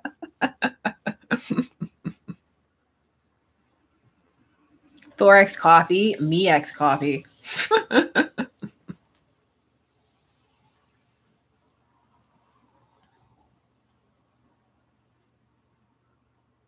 Oh, that sounds pretty interesting, Harley. That does sound interesting. I've read some dark Bucky fics that are interesting, where he enjoys being the Winter Soldier and doesn't want to be fixed. Those are always, I'm a sucker for a dark fic. That just, there are some really interesting. Some people incorporated Hydra Cap into the fandom in a really interesting way, much better than the actual comics did. Like there was some interesting Hydra Cap fics that popped up. Klaus and Loki. Thorax Daryl. Could that have been the movie itself? That would have been fun. I need that as a short film.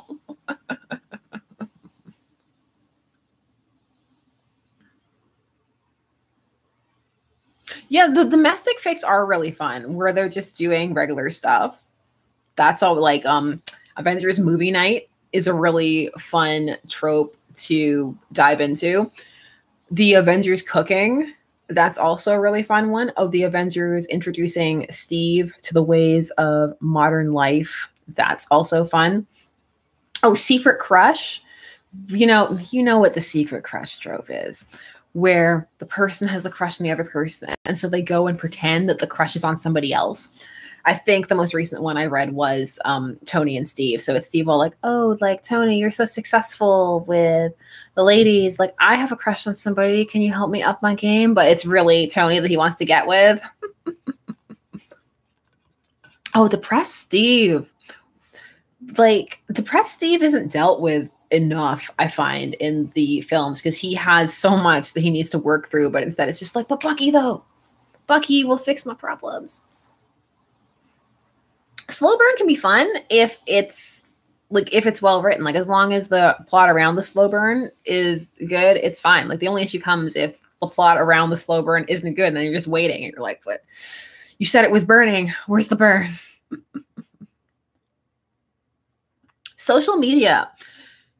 I always have to. I can do it if it's like other people's social media. I can't do it if it's like the superheroes have social media. Like, they have those covers of Batgirl and stuff where she's taking a selfie, and I'm like, you would not have social media as a superhero. Not in this day and age. You would not. You would have to have mega level encryption, so people would be finding out who you were left, right, and center. The only way you could do it is if you're Tony Stark and people already know. Why am I so sassy tonight, you guys?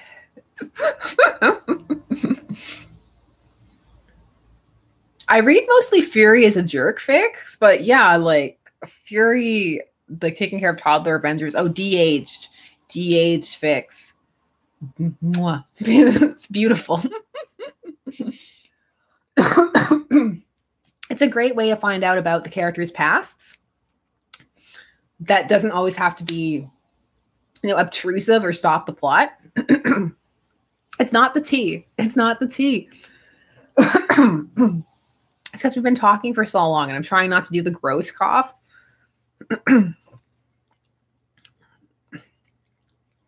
I definitely think we'll have crack ships in Infinity War for sure.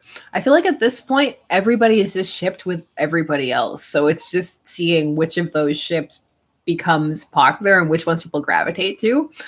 I'm sure if I went on now, I could see the new ones popping up, but I'm not, because I don't want to be spoiled. Like, for some movies, I don't care, but for this one, I do actually want to go in as a blank slate. And also, yes, Loki and Nebula, I have read some really good ones of that, where they meet when he's falling and they meet up in space.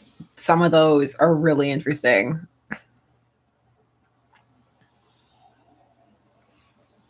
I've seen some compelling fandom arguments for Natasha and Bruce, but the film itself does not present much of an argument. And then it kind of got caught up in that whole line controversy, which I know soured the ship for some people, but also some people laughing at the sun's getting real low.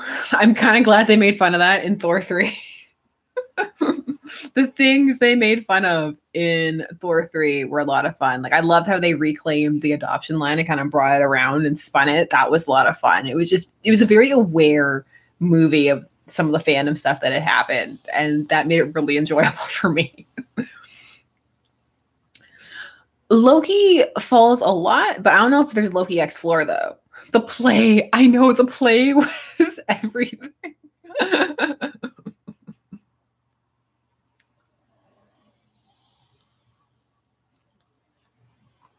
Natasha and Steve had a lot of potential, and like, it also has some sort of canon backing that would be interesting, but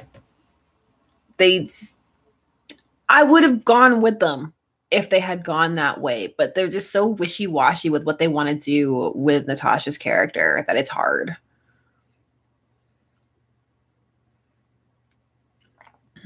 Oh, that was called Get Help, Demigod. That was Get Help.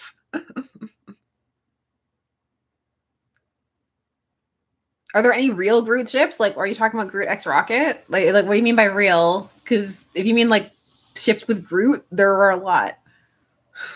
Lots of people shipping Groot, and I have read them. I have read them. Oh, not all of them, but I've read a lot of them. Even the smut ones. I just like to know. I want to know, how can you write smut for a tree? Like, I got to know. I need to know these things. They help me live my daily life. Just knowing that it's out there. Sometimes you see a fandom thing that has taken so much time, and it's just so beautiful that you're so happy that it exists.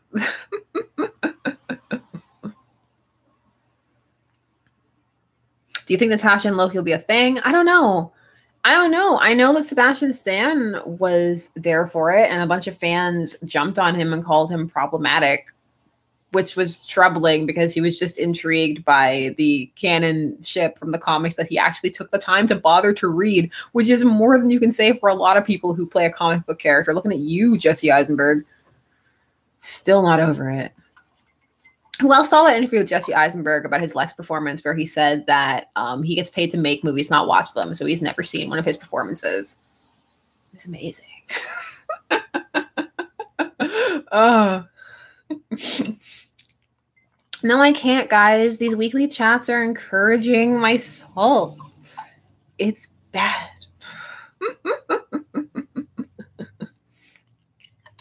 It's bad. It's bad to be this salty, you guys.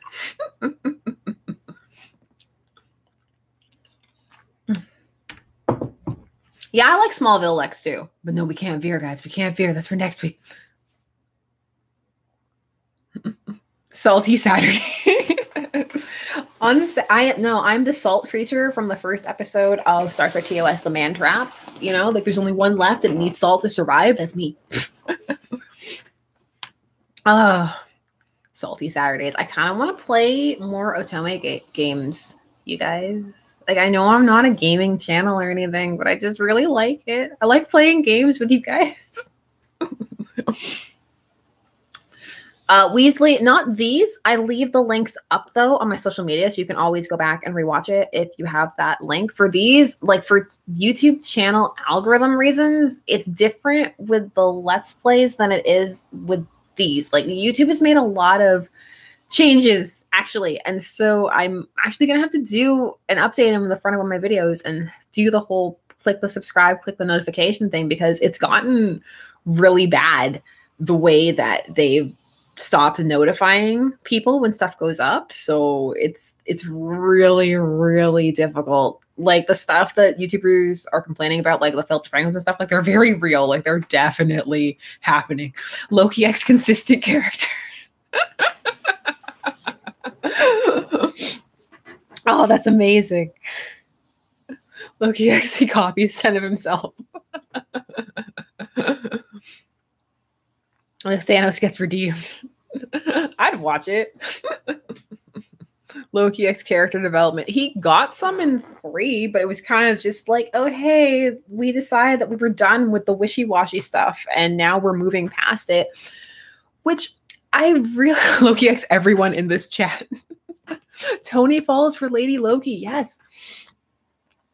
I wish that this is why I don't like the Earth thing, because it drags knocking everything, because it drags everything down to the Earth level. And when you're dealing with gods, I like to think that vampire rules apply, in that their squabbles and their issues are viewed in such a different way by them than they are with the people on Earth. I like to think that all the stuff that happened with Loki would be viewed so differently up in Asgard than it would be with the people. And I had this headcanon where, you know, they punish him, they sew his lips shut and everything, and then they get over it because they live essentially forever. Are you going to stay mad about that forever? Like, that's a long time. And so then they would come down and him and Thor would be all like, yeah, we're good now. And the Avengers would be like, what happened?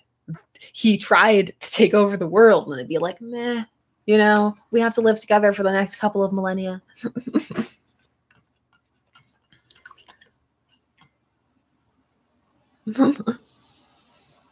Yes, Maria, do it. Yeah, I've read some Loki and Bucky too. Like, that's interesting. Loki X kneeling. Kneel before Loki. Oh, Odin's A+ parenting is a great tag. It's so good because the entire thing is essentially his fault. Like, oh yes, let me adopt this child and then treat them both completely differently and give one an inferiority complex. Just like I planned all along. I'm a good parent.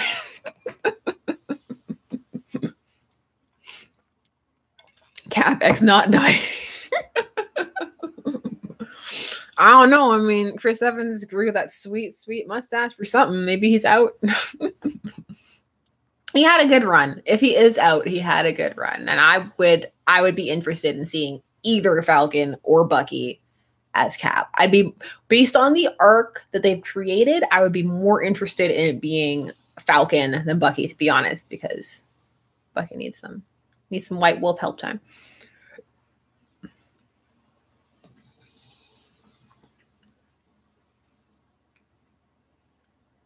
Oh yeah, like, yeah, you have a sister. You don't need to know that. You don't need to know that. It's fine. I just banished her because I changed how I felt like ruling this place.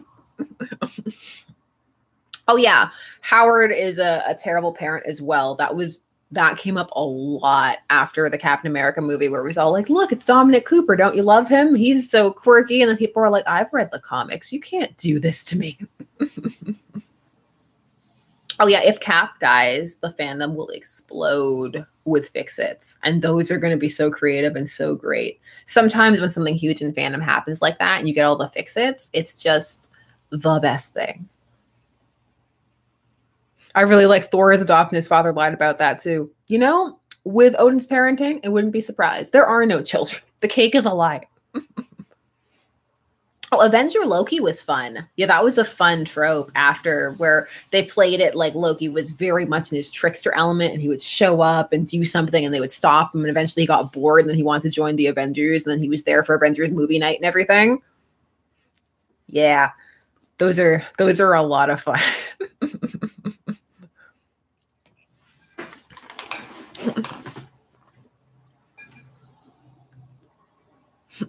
Oh, I know. They love to parental issues. Well, it's easy pathos to fall back on narratively, right? Like, it's easy to be like, oh, well, this happened, and that's why they're like this, because, you know. Is there shit you want to see happen in the MCU? I'm fine. Like, as long as anything is well developed, I'm fine. You know? It would be cool to see Natasha and Bucky, but I don't need it. I don't need anything. I'm very mellow. I'm a very, like, I know I'm salty right sometimes, and I like to chat about things that, you know, or whatever. But I'm really mellow. Like, not a lot bothers me. I think that's why it's so hard sometimes to be really active and talking on a fandom forum for me, like Tumblr or something like that. Like, mostly I sit back and lurk there. Like, I still lurk there. I comment on other places, but I'm just like, because I don't care enough.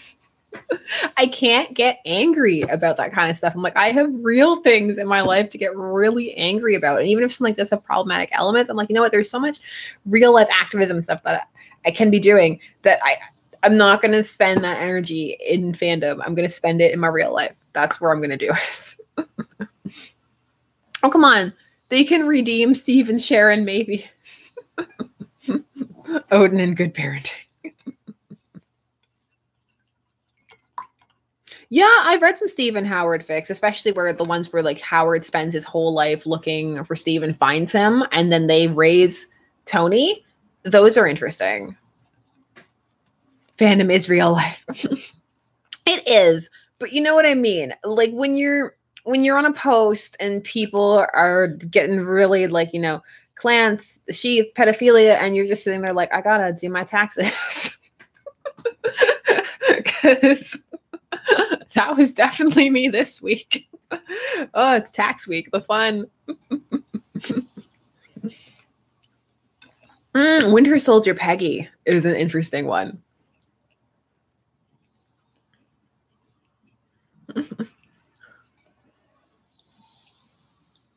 Favorite Marvel Femme/Fics? I'm not a Maria Hill person, so none of those. Like, I've read some. I don't know. Like, her character just didn't grab me. I am definitely here for Natasha and Sif, and also Jane and Lady Sif is a lot of fun, especially in Thor 2, where he takes her up to Asgard, and she's just like, oh, but Lady Sif, like, goodbye, Thor. Those are also really fun. I'm both glad and sad that they cut the whole love triangle thing for, like, her, Sif, and Thor, mostly because they didn't bother to establish Sif and Thor anyway, so I'm kind of like, like, I don't mind a love triangle. I know they're cliche, but they can be done well. Like, not all love triangles or Twilight were terrible.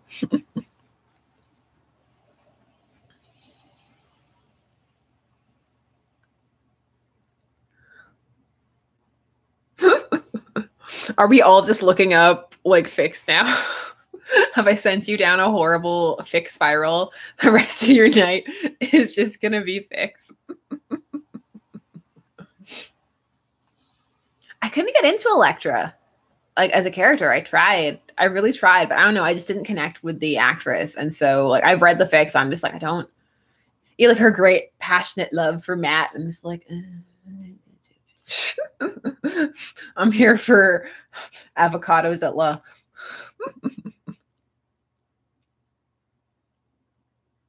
15 tabs open.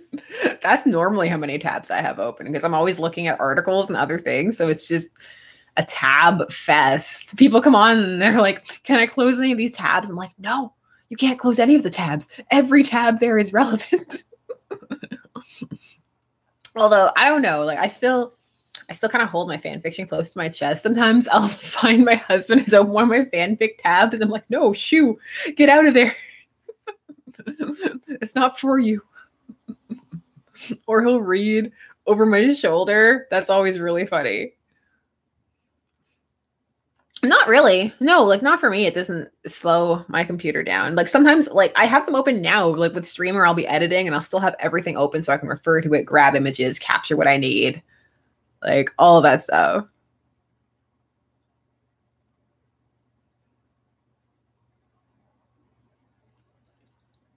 Loki has amnesia. Yeah, those are pretty good. Amnesia fics, it depends how they're done, but it can be a very fun but cliche trope to dive into.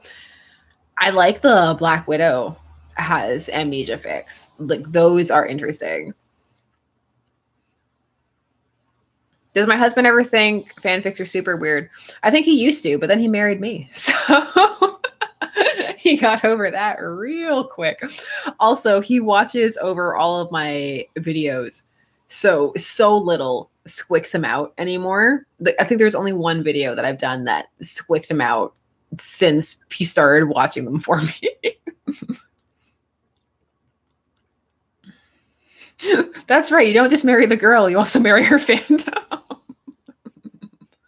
Doctor Who x Doctor Strange. Sorcerer Supreme versus Time Lord. Intriguing. Have you got him into any fandom specific stuff? He was very low key into some of it, but we watch everything together. He's my watching companion and friend, because sometimes he likes to play like he's not watching and he'll be just looking over my shoulder. I'm just like, come over here. You know you're watching. Like, we watched all of Once Upon a Time together. That was our jam. It was Once Upon a Time nights. That was so fun. Which vid? It was the Septiplier video. That was the one where he was like, boundaries have been crossed. He was like, they're real people. Boundaries have been crossed. I can't. Are we ever going to see him in a vid? Probably. I know he low-key wants to be in one.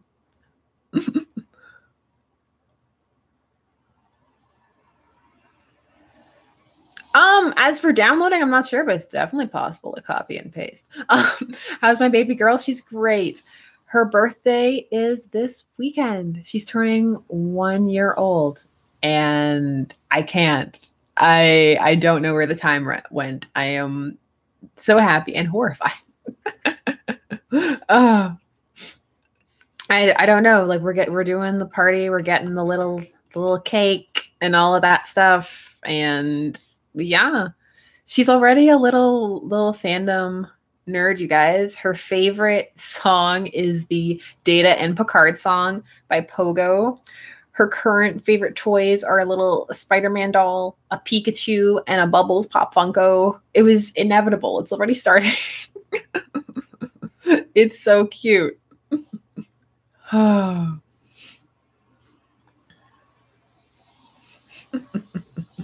Nobody spoil anything in the chat. I will shut this down.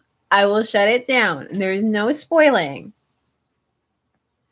Because, you know, Be nice. People don't want to be spoiled here. We can have a big chat about it maybe in a couple of weeks when more people have seen it. Don Pepper sub Tony. Yeah, I've been there. I've been there.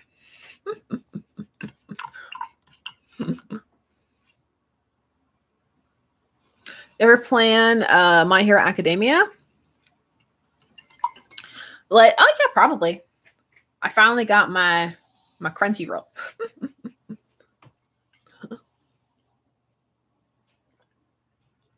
I'm gonna slap you with both Shiro's and Bucky's arm.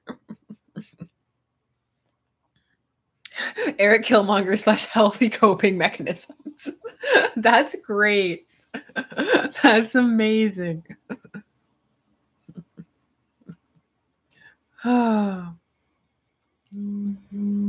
All right, guys. So there's some spoiler threads happening, and it's been an hour. So I'm going to hop off. Actually, it's been 2 hours. So I'm going to hop off for now. It's been a lot of fun. I will see you guys probably, maybe I'll stream a game on the weekend. I don't know. But we will definitely see each other again next Tuesday. And I'm going to hop out so that nobody gets any spoilers. It's been a lot of fun. Thanks so much for hanging out with me. And I'll see you guys soon, okay? Bye-bye. It's been a lot of fun. Bye-bye.